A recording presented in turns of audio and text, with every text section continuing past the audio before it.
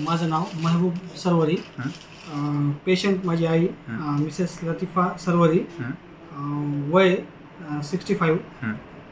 आम्ही Shiv Parvati hospital doctor स्वामी सरांकडे आलो.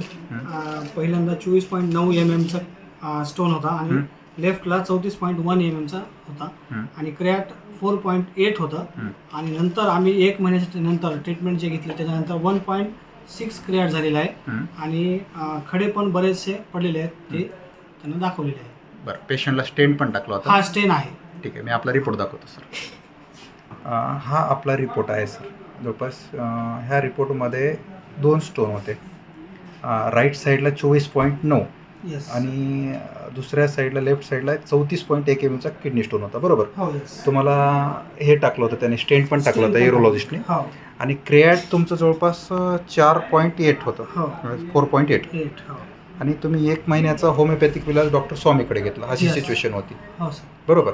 आणि जुन्या एका रिपोर्टमध्ये KOB मध्ये तुमचे खडे तर भरपूर होते, जे की राईट साईडला 24.20.14, दुसरे टिनी 4 ते 3 mm चे आणि लेफ्ट साईडला 43/26 mm चा स्टोन दाखवला होता आणि दुसरे फ्यू कॅलिक्युला 3 खडे 13/11.5. हा असा रिपोर्ट होता KOBचा. बरोबर?